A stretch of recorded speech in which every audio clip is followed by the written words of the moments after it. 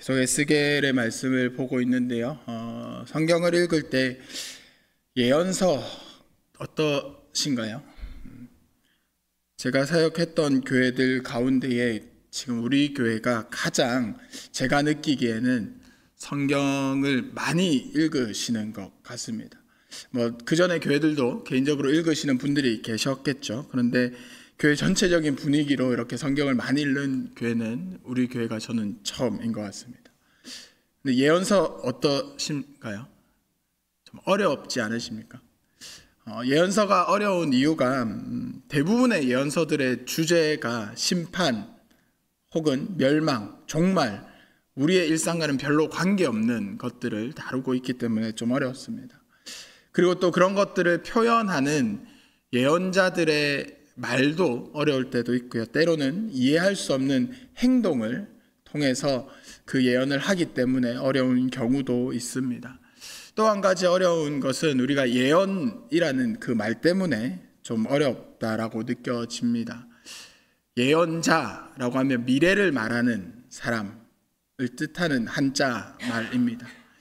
성경에서의 예언자도 그 한자어와 동일한 걸 씁니다. 미리 예자, 일기예보할 때 그 예자를 쓰는데요.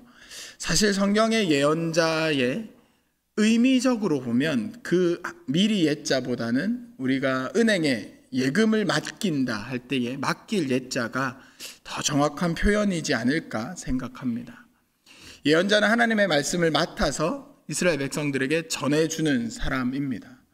그러다 보니 하나님께서 이스라엘 백성들에게 니네들 조상들 과거에 이렇게 살았어, 과거에 대한 이야기도 하시고요.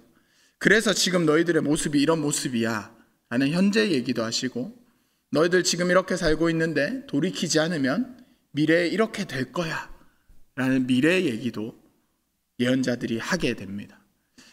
과거, 현재, 미래를 다 얘기하는 것이 예언자입니다. 그러다 보니 처음 원래의 구약 성경, 유대인들이 보는 히브리어 구약 성경에는 예언서라는 파트가 따로 구별되어 있지 않습니다. 그들은 그것을 역사서로 분류해서 역사 가운데서 하나님께서 주시는 그 메시지를 찾을 수 있다라고 보고 있습니다. 에스겔서 역시 에스겔의 독특한 행동들이 우리에게 좀 어려움을 주는 모습들이 있습니다. 마른 뼈의 환상도 사실 쉽게 이해할 수 없는 부분이고요. 또 한 가지 유명한 모습, 한쪽으로 또 한쪽으로 특정 기간 동안 오래 누워있는 그 모습이 오늘의 본문 말씀입니다. 에스겔은 이 독특한 모습을 통해서 예루살렘이 무너질 것, 그들을 향한 하나님의 심판을 예언하고 있습니다. 가장 먼저 토판 위에 예루살렘 성읍을 그립니다. 그리고 그 주위를 벽으로 둘러싸서 요새와 성벽을 표현합니다. 또 그 사이에 축대를 쌓고 철판을 쌓는 모습을 볼 수 있습니다. 우리에게는 매우 독특한 모습처럼 보이지만 고대 국가들에서는 집이나 또 성벽 같은 곳에 흙벽돌 위에 무언가 그리는 것이 평범한 일이었습니다. 어떻게 보면 그 시대에 그 사람들이 메시지를 전하던 기록을 남겨놓던 방식으로 에스겔이 예언을 하고 있는 겁니다. 에스겔의 이런 모습이 이스라엘 족속에게 징조가 될 것이다 라고 하나님께서 말씀하시면서 예루살렘에 대한 심판을 말씀하십니다. 이제 하나님의 계획에 따라서 그 심판이 시작될 것을 보여줍니다. 주전 593년에 예루살렘과 남유다 백성들은 바벨론에 의해서 완전히 무너집니다. 그런데 그들은 그때에 그 자리에서 자신들이 무엇을 잘못했는지 돌아보기보다 하나님께서 회복시켜 주실 거다, 하나님께서 반드시 우리를 다시 회복시켜 주실 거다 라고 하는 낙관적인 생각만 가지고 있었습니다. 그들의 죄의 무게에 따라서 어느 정도 대가를 치르게 될 것인지, 그들의 죄의 기간이 어느 정도였는지 이제 에스겔이 누워있던 모습으로 표현을 하게 됩니다. 누워있는 날수, 하루를 1년으로 계산해서 하나님께서 말씀해 주십니다. 오른쪽과 왼쪽 번갈아 가면서 눕게 되는데요. 이것은 당시 이스라엘 사람들에게 중심이 되었던 성전을 중심으로 이해해야 합니다. 성전을 중심으로 동쪽을 바라보면 동쪽이 오른쪽인 거죠. 그러면 남쪽이 봐집니다. 그리고 왼쪽으로 누우면 반대쪽인 북쪽이 봐집니다. 4절에서 8절까지 이야기하는 이스라엘 족속은 북쪽, 북이스라엘을 의미하고요. 반대쪽은 이제 남유다를 의미합니다. 390일 동안 북이스라엘을 향한 죄의 대가에 대한 것들을 이야기를 하며 누워 있습니다.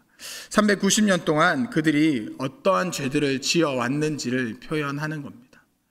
이 390년이라는 시간은 남북으로 나뉜 때부터가 아니라 통일왕국 시대에 솔로몬 시대부터 해서 북이스라엘이 멸망하는 그때까지를 의미합니다.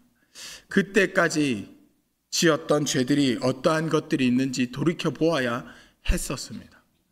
유다는 40년입니다. 이 두 기간을 합쳐서 430년. 이스라엘 전체가 하나님 앞에 죄악을 지었던 이야기를 하고 있는 겁니다. 애굽의 포로 기간과 동일한 430년입니다.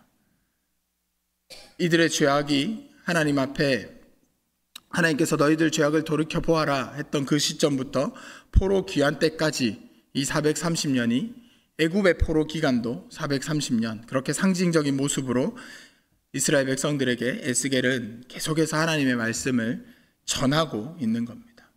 그런데 그들이 깨닫지 못하고 하나님의 말씀을 깨닫지 못하고 계속해서 희망만 가지고 있었던 상황인 거죠. 이같이 에스겔의 행동은 예루살렘 사람들에게, 남유다 사람들에게 보여졌을 겁니다. 그리고 그들은 그것이 무엇인가 계속해서 고민했을 겁니다. 하나님께서는 에스겔을 통해서 계속해서 말씀하시고 그들이 회개할 것을 계속해서 촉구하십니다. 이제 7절 8절에 가서 그들이 어떻게 될 것인지 다시 한번 말씀하시는데요.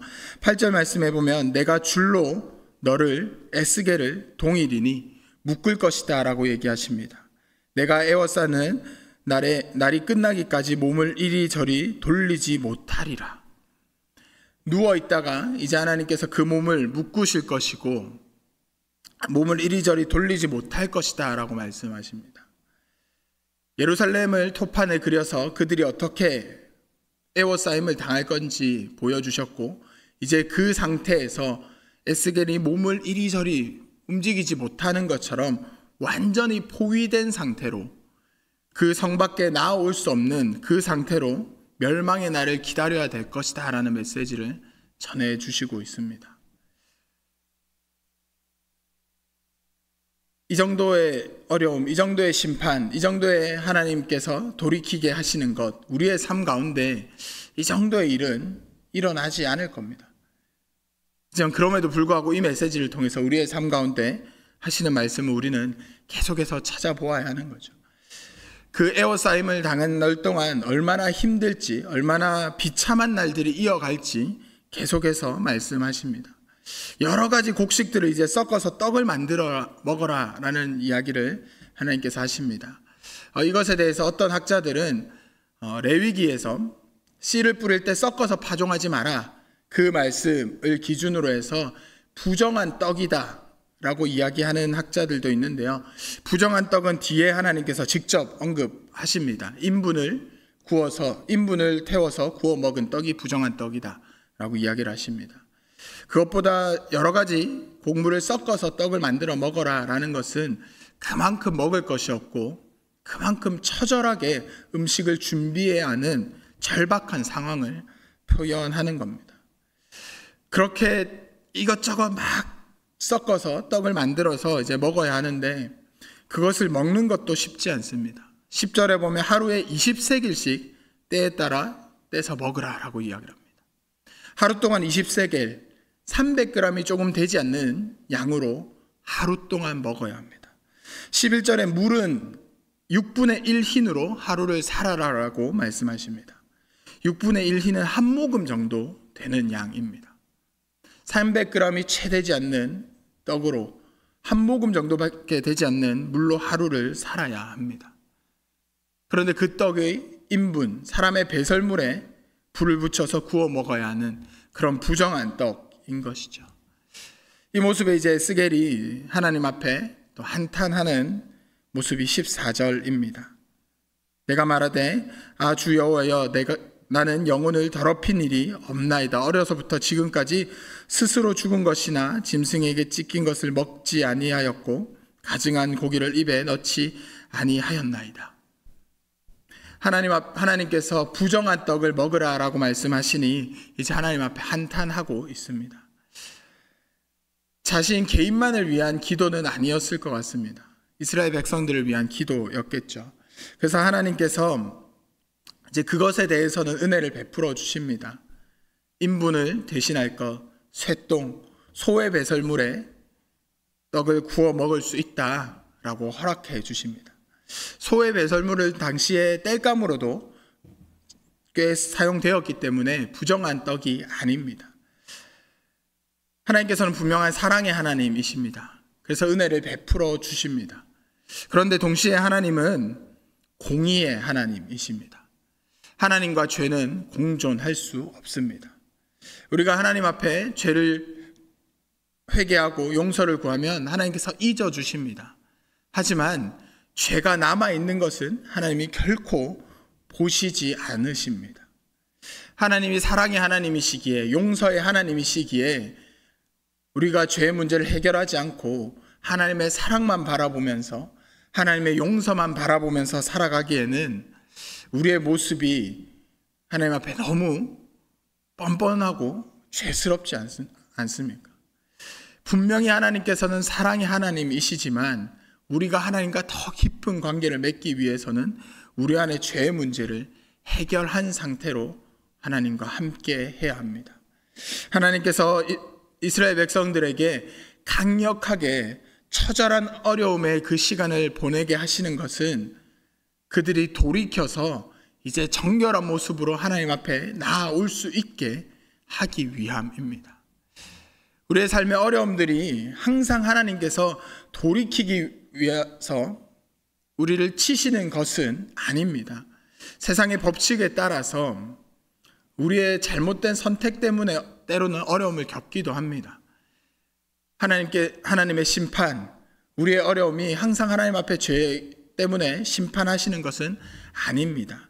하지만 우리가 그 가운데서 스스로 내가 하나님과 얼마나 멀어져 있는지, 내가 하나님과의 관계가 지금 어떤지 돌아보는 것은 또 건강한 신앙의 모습일 것입니다. 우리가 어려움들을 당할 때에, 때로는 힘든 상황들을 겪을 때에 이것을 통해서 하나님께서 나에게 주시는 메시지가 무엇일까? 내가 하나님을 어떻게 바라보고 있는가? 그런 것들을 바라볼 수 있었으면 좋겠습니다. 우리의 삶 가운데 이런 어려움은 없겠지만, 이 정도의 힘듦은 없겠지만, 분명히 오늘 하루도 내 마음을 힘들게 하는 것들, 또 나에게 스트레스 주는 일들이 있으실 겁니다. 그 가운데에 하나님을 한 번 더 생각하고, 그 가운데에 하나님의 길을, 하나님의 음성을 한 번 더 찾는 오늘 하루를 살아가는 우리 모두가 되었으면 좋겠습니다.